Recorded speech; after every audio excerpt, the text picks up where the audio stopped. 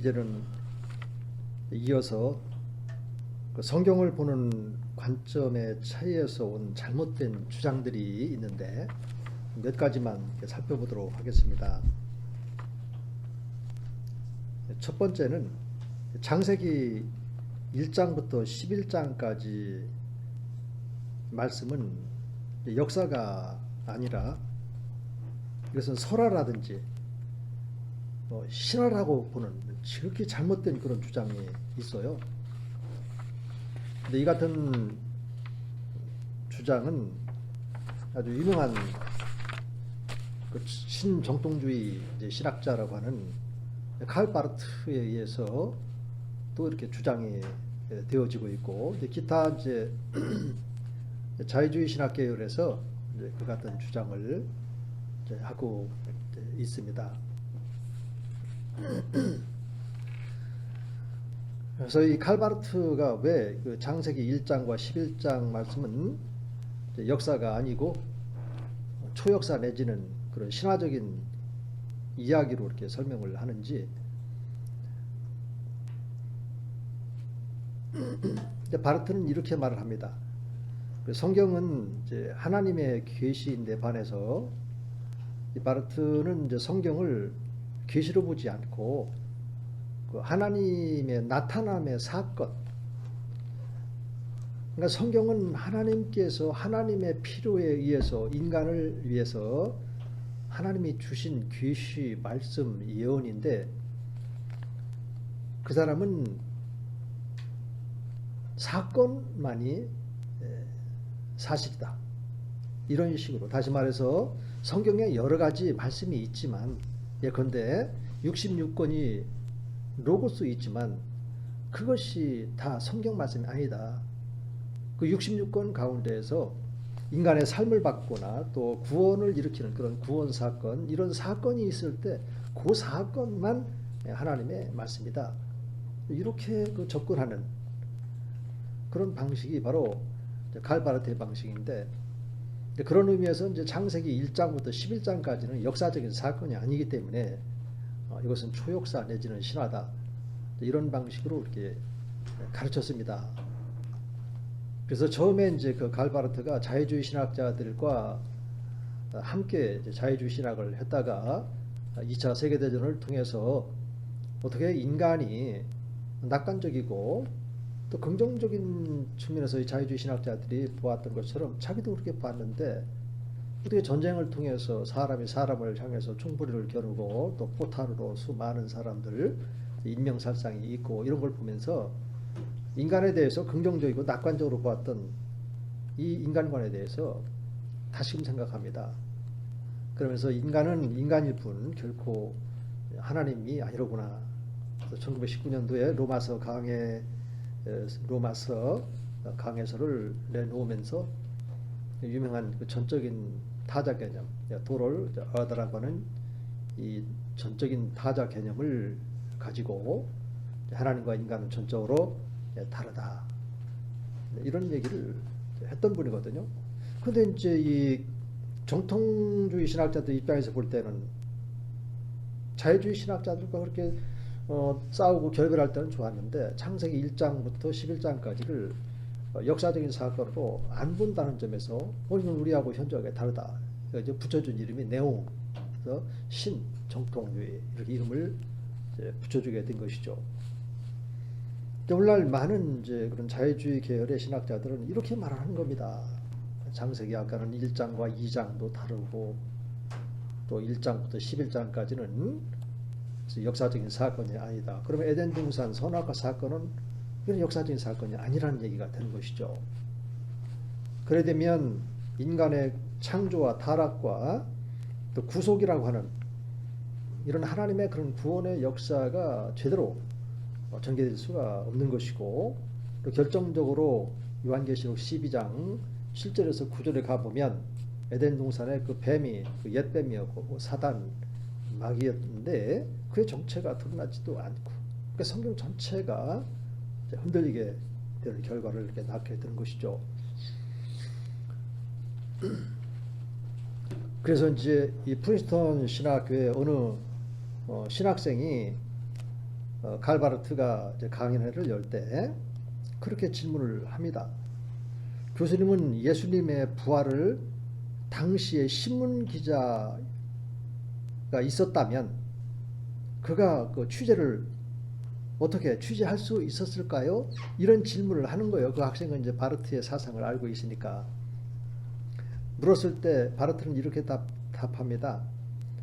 아주 부정적으로 이렇게 답하는데 역사적인 부활이 아니라 참 역사적인 부활을 나는 믿는다, 이런 말을 했어요.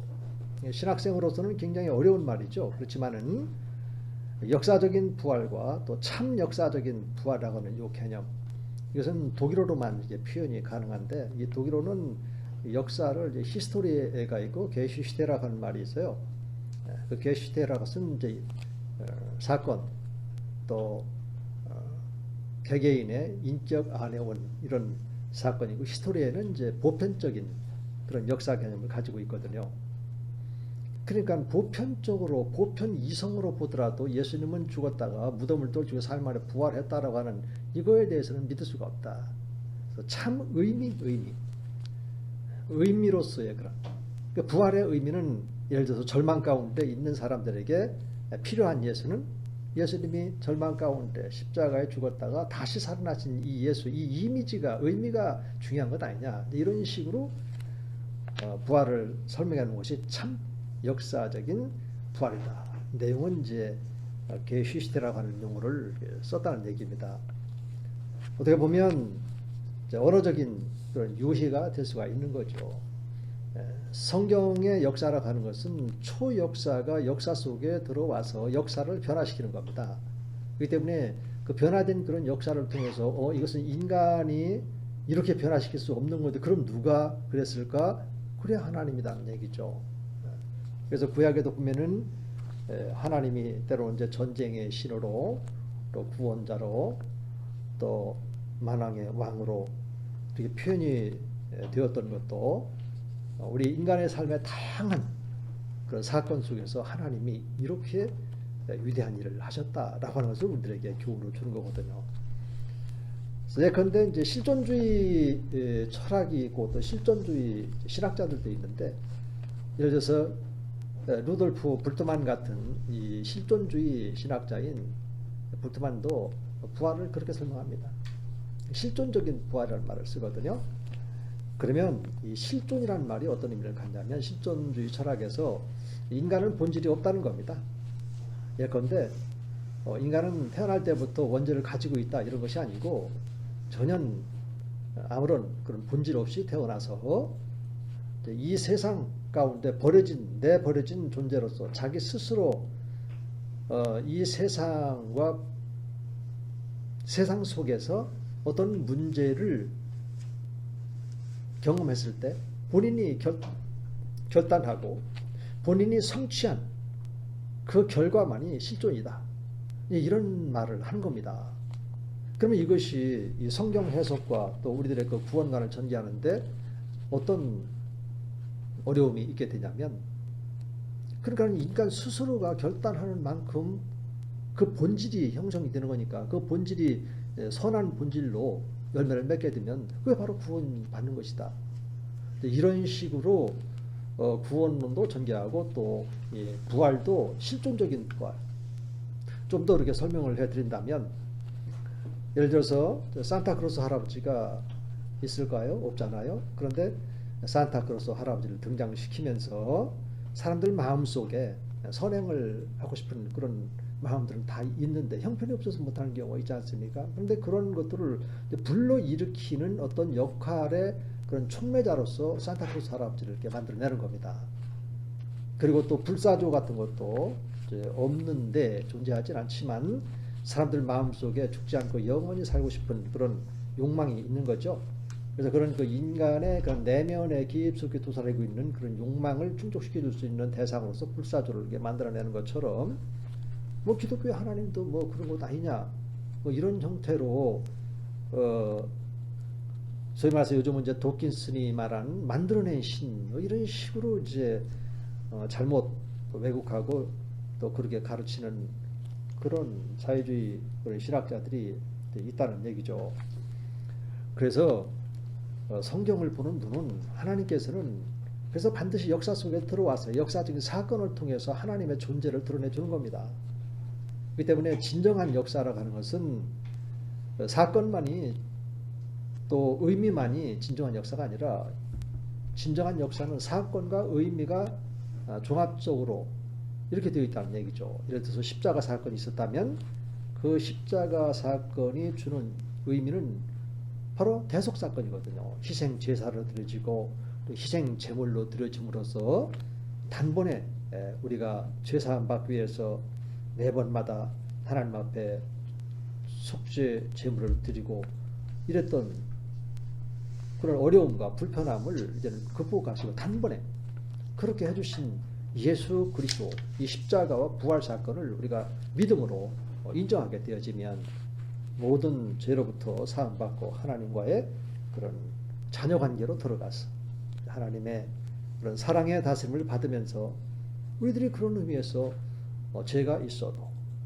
죄사함 받는 그런 자유를 누리면서 마음껏 하나님과 친교하고 또 사귐을 가지면서 누림을 얻게끔 이게 바로 은혜인데 이런 것들이 다 차단되는 겁니다. 이게.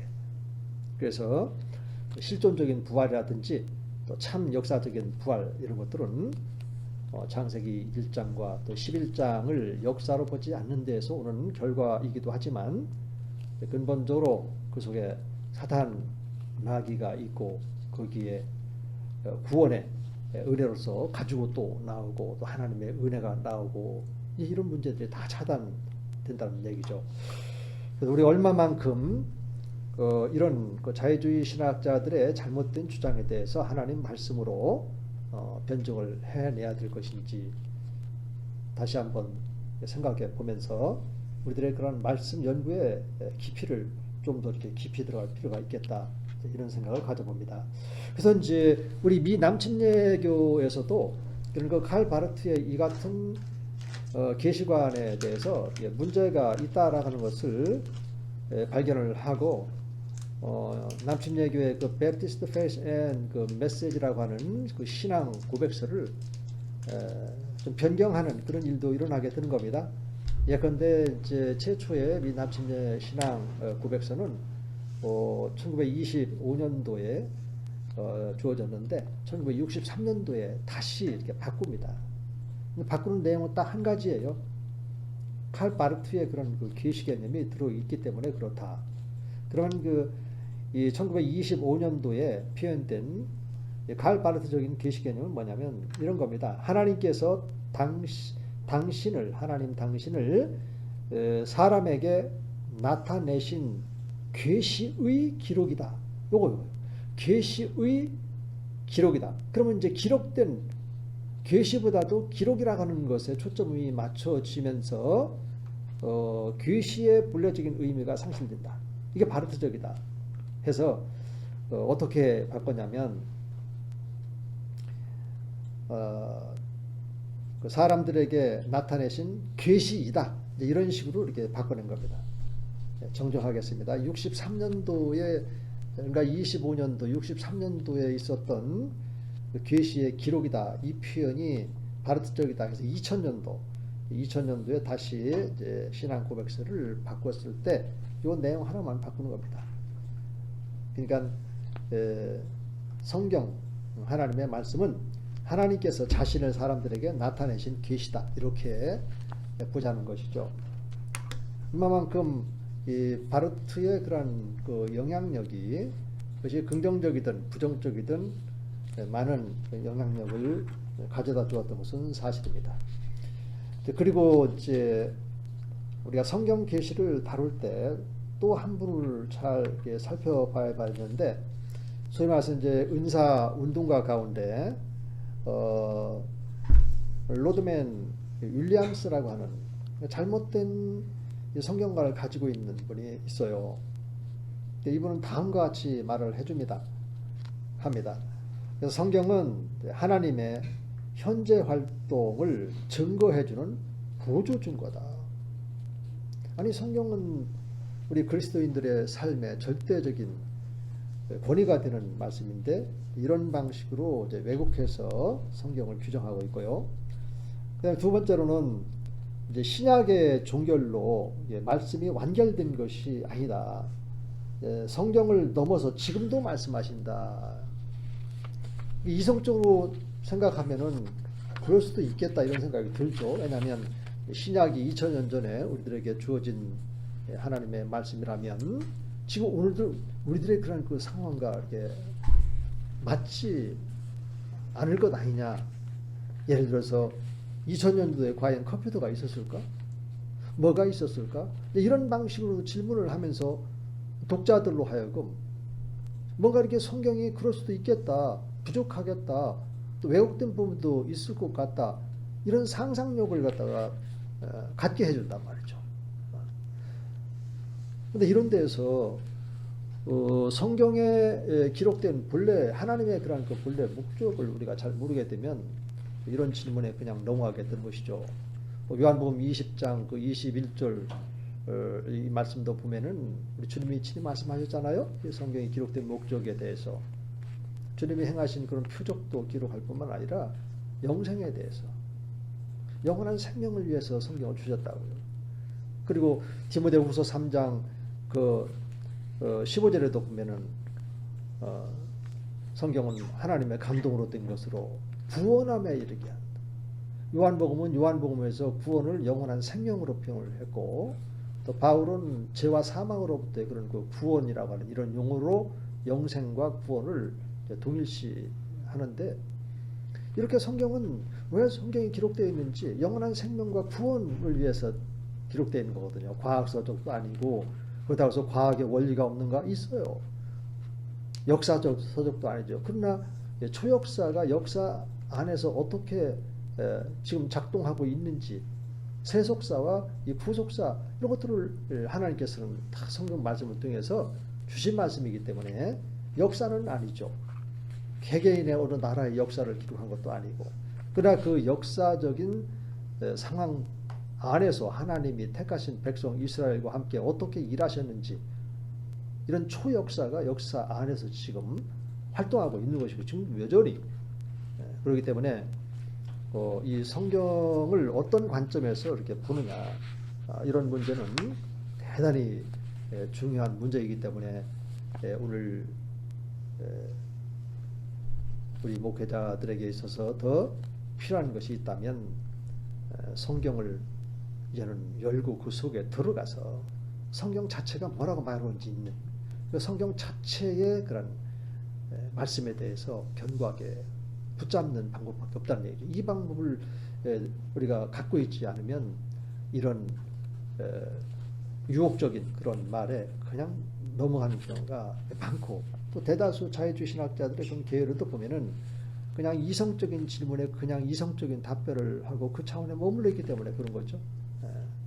요한복음 1장 4절에도 보면은 생명은 사람들의 빛이라고 말씀했던 것처럼 우리 인간의 이성이라고 하는 것은 가치가 있지만 참 가치를 가지려면 영생이신 예수 그리스도의 그런 빛을 받고 그 예수 그리스도 안에서 답을 찾고 또 예수 그리스도 안에 머물러 있을 때 우리의 이성이 가치가 있는 그런 건강한 또 건전한 그런 이성인 것처럼 성경을 보는 관점도 그러한 것이다. 이렇게 말할 수가 있겠습니다.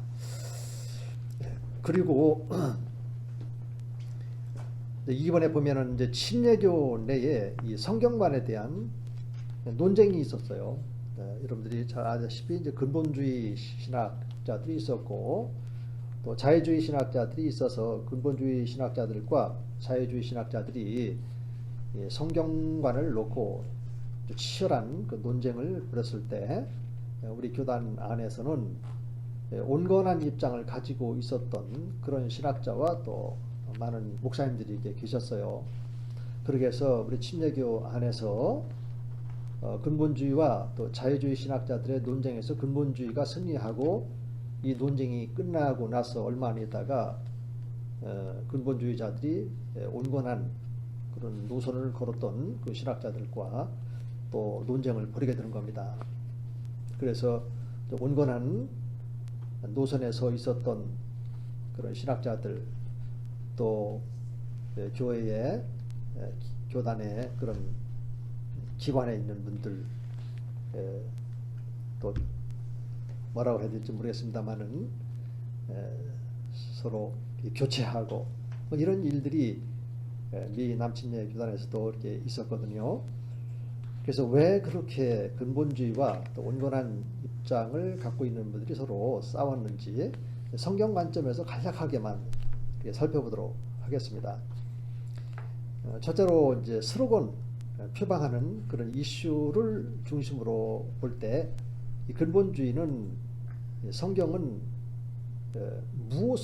무오하다 이런 입장을 가지고 있었고, 또 온건주의는 근본주의자들과 같이 이를 정치적인 권력의 어떤 장악 수단으로 이렇게 보는 경우가 있었는데 그런 것은 바람스럽지 않다.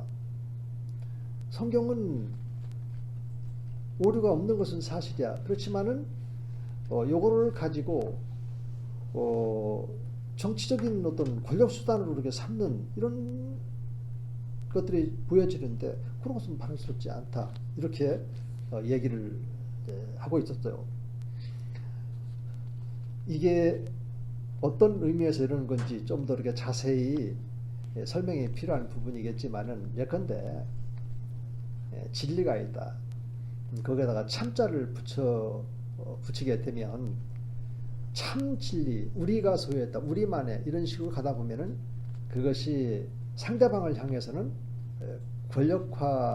권력작용이 일어날 수도 있지 않겠습니까? 예를 들어서 우리 개신교 안에서도 종교개혁에 소위 말해서 정통신학이다, 또 개혁신학이다, 이렇게 주장하는 어느 교단이 있는데 그 교단의 입장에서 다른 교단을 이렇게 보게 되면 자기네들과 다른 점이 많다는 점에서 또 자기네들이 세력을 얻고 있다는 이런 관점에서 교회에서 보면은 칼빈주의와 또 알미니우스와의 그런 심각한 그런 논쟁 뭐 이런 것들도 이렇게 있었던 것처럼 이렇게 이제 자칫 이 교회사로 들어가 보면 이 하나님의 말씀을 가지고 이렇게 권력화하려고 하는 그런 경향성들이 없지 않아 이렇게 등장하고 있어요.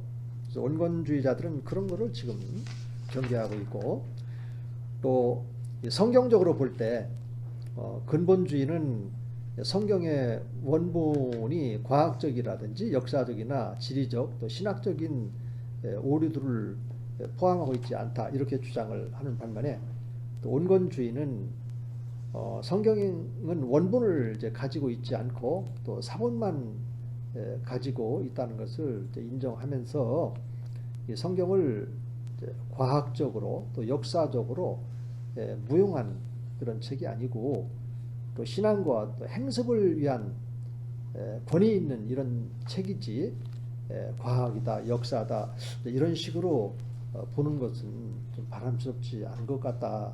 이런 입장을 갖고 있는 분들이 이제 온건한 그런 입장이고, 그래서 또 온건한 입장은 과학 이런 것들을 또 이렇게 수용하는 그런 경향성으로 이렇게 나아갑니다. 근본주의자들은 그때 당시 이제 배격을 이렇게 했고요.